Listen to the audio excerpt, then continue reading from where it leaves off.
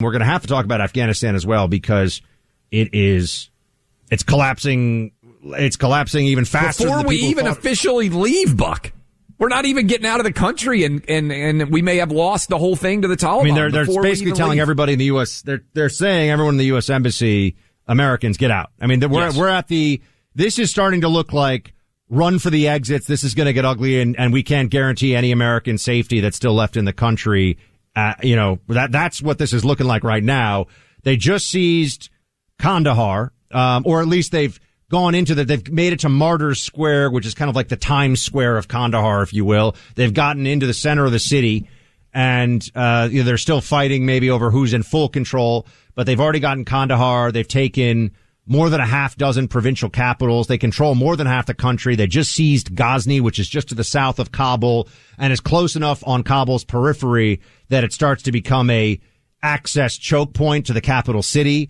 So, I mean, the boa constrictor of the Taliban, if you will, the coils are getting tighter around the throats of the Afghan people with every passing hour. And I mean, it's just stunning that, I mean, Clay, we've been training the Afghan military and Air Force, and we've spent almost $1 trillion in this country, and it's not going to last the summer after we've said we're not going to hold this thing together anymore. What's amazing is now the argument between people seems to be, for those who still make this argument, and there are some people I like in media who still say this stuff, well, obviously we shouldn't have left because we could have held it together with 3,000 troops forever. Other people look at this and say, This is as much as we could accomplish in terms of stability operations after 20 years? I don't know what the right answer is in Afghanistan, right? I think I'm somewhere in the middle where it's almost like there's a lot of people out there who end up getting married to people that they shouldn't get married to because they dated for a long time, right? And I feel like if you say we have to stay in Afghanistan, you're kind of like those people. Because then you're going to get divorced eventually, and you should have never gotten married. But you said, well, we spent all this time together. It's kind of the logical next step. And it's a marriage that you know is doomed to fail at some point. And I feel like that's what's going on with Afghanistan, where even the people who are arguing we should stay there are primarily arguing we should stay there because we've stayed there as long as we have and because we've invested so much time and money in it. And it's a moment that you leave, it immediately collapses. It proves that basically we wasted $1 trillion there. I mean, $1 trillion. We talk a lot about the infrastructure bill and everything else. We could have spent $1 trillion a lot better ways in the United States than what we ended up spending in Afghanistan. You can go back. There was a book that I remember I was actually told to read even before, Clay, I joined the CIA, by Michael Scheuer, Imperial Hubris. And this was published back in 2004, in which he was just saying, if you look at the history of Afghanistan, all the attempts in the past to do exactly what the U.S. had decided by 2004 was the mission set, which the chance of this succeeding, if you believe that history matters, was almost zero. Yes. But we had, 4-star general after 4-star general, diplomat after diplomat, people who were special envoys and, at the very top. And I saw this up close and in person when I was there. If you want to get promoted and you want to get the big book deal, you want to be on the board of Raytheon, you want to get invited to the Aspen Ideas Festival, you had to be a person in the Afghanistan context who was going to say, oh, we figured it out now. We figured it out in 2008. We figured it out in 2011. They would keep on saying, now we have the winning formula. Because, Clay, the person who comes back from being in charge of Afghanistan over the last 20 years or so, telling everybody this is a society that, in terms of infrastructure, cohesiveness, development, and history, has almost no chance of being a coherent and durable state. That person, when you have the whole military industrial complex focused in on Afghanistan, they don't get promoted. They don't get elevated. They're not treated like a hero. And so I think that the echo chamber effect here was very real. By the way, one more point on this was just that Obama, when he came in, and so I was in the CIA in 2008 and into the transition in 2009 when Obama took office. Clay, there was a seismic shift even in the intelligence community from, okay, well, Iraq was the bad Bush war. Afghanistan is the good Obama war.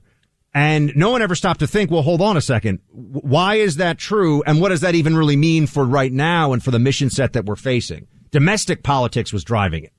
I think the only way we could have gotten out of Afghanistan and declared victory is if we had done it immediately after killing Osama bin Laden, right? Because ultimately he was the reason to go into Afghanistan. That's at least for people out there, whether you buy it or not. And I know he wasn't in Afghanistan, but he was being protected by Pakistan and Abbottabad. But that would have at least been, I think, narratively, a way to declare victory and leave. Right? But they would have had the exact same thing would have had exact same, circumstance. But now we're leaving, and we don't even have the illusion of being able to declare victory. At least then you could have sold the idea of we accomplished our mission. You could have had the mission accomplished banner and the whole thing. And right now, what we see is that it's just the American people. I mean, the problem with this is, or I shouldn't say the problem, but the reality of it is that Trump wanted us to get out. Trump voters, I was one of them. I advocated for us leaving when Trump was in office. I thought that we should draw down. So, we can't forget what we thought was a better strategy for America, for an America First foreign policy a year ago or 2 years ago, just because Joe Biden is president now. And that all said, though, the people who were advocating for withdrawal all thought this was probably going to happen. It wasn't like, withdraw, it's going to be fine. It was, we've tried. It's up to the Afghan people. I think the rapidity has surprised some people, but the end result has not. Right. Is that fair to say? Yeah, the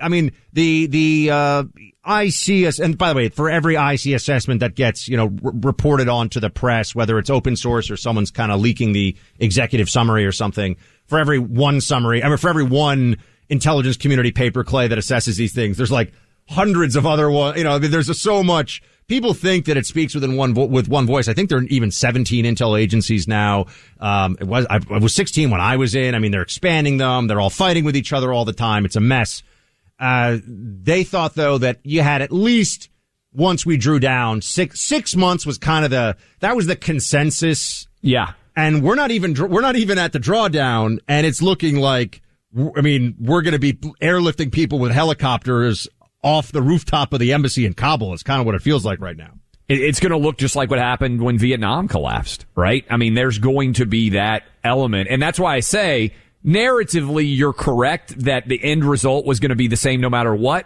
But I think Americans, if we had said, we got bin Laden, let's leave, at least then there is a idea that we might have had some success. So right? I think the Obama administration in that case was also in a more difficult spot to do that because, remember, Obama surged over 100,000 troops to Afghanistan. You're going to surge, and then you're going to pull out precipitate. And remember, he announced, and this goes right to the Afghanistan good war, Iraq bad war concept that the Democrats were all invested in, including, by the way, Joe Biden. He was a big, Iraq bad, Afghanistan good. Joe Biden also wanted to cut Iraq into 3 separate countries, and then people who knew Iraq had to explain to him the lines that you would draw, like go through Kirkuk and Mosul groups, and oil fields. And, it's not just like you sit there, you draw a line on a map and everyone's going to be okay with this.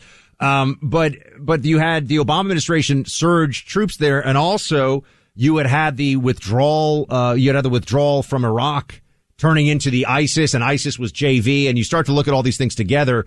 The biggest and most obvious failure of the Obama administration, I can't say that because everyone's going to yell at me and say, there's a different. Okay. One of the biggest and most obvious failures of the Obama administration, top to bottom, was on the foreign policy front, where every challenge that they faced starting in 2009, they made worse. Every area where there was violence and conflict deteriorated essentially over the course of Obama's presidency, most notably Syria and Libya, but also Iraq and Afghanistan and name a place.